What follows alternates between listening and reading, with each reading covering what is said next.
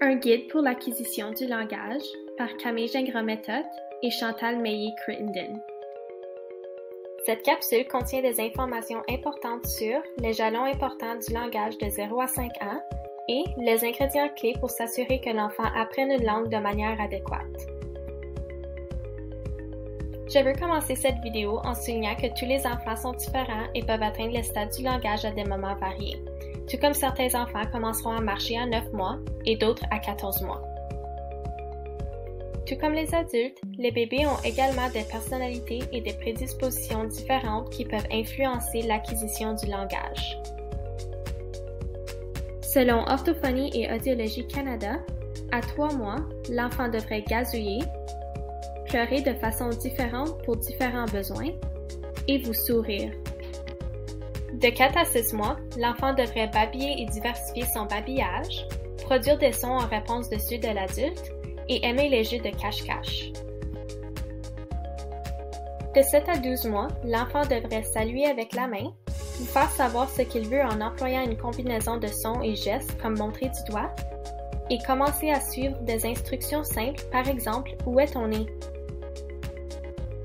De 12 à 18 mois, l'enfant devrait utiliser des mots communs et faire de petites phrases, aimer qu'on lui lise des histoires et pouvoir désigner les parties de son corps ou les images d'un livre lorsqu'on lui demande. De 18 à 24 mois, l'enfant devrait comprendre plus de mots qu'il ne peut en dire 2 mots ensemble et poser des questions simples, par exemple « C'est quoi ?»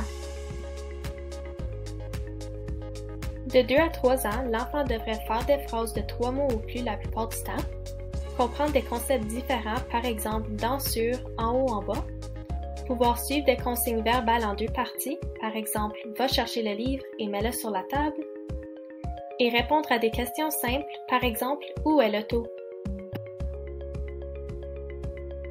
De 3 à 4 ans, l'enfant devrait raconter des histoires brèves ou parler des activités quotidiennes, s'exprimer en phrases avec une grammaire semblable à l'adulte avec clarté et répondre à des questions variées.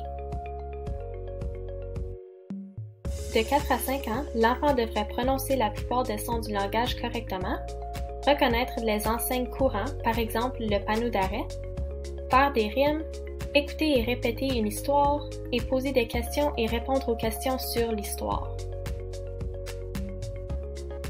Il existe des conditions préalables, innées et acquises qui affectent le développement du langage.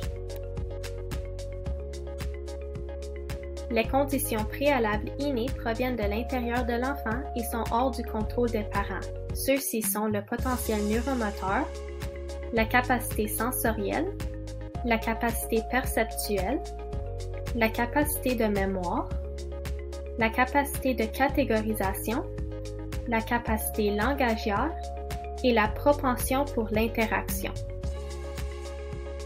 Les conditions préalables acquises proviennent de l'extérieur et doivent être prises en considération par les parents.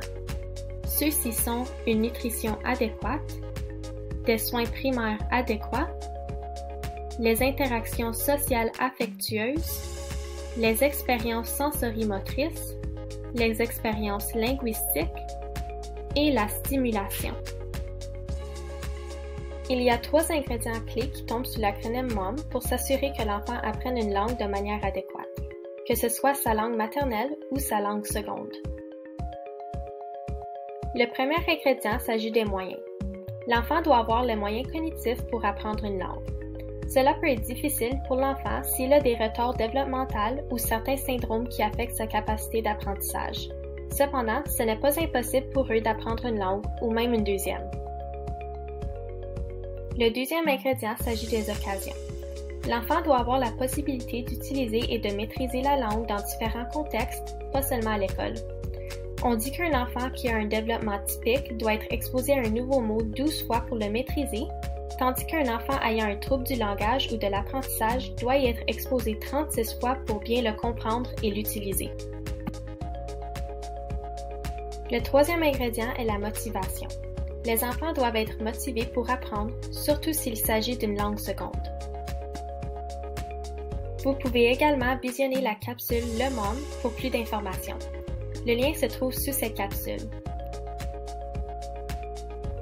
Ceci est tout pour cette capsule informative. Merci beaucoup de m'avoir écouté. Faites sûr d'aller visiter le www.theparleypodcast.com pour plus d'informations.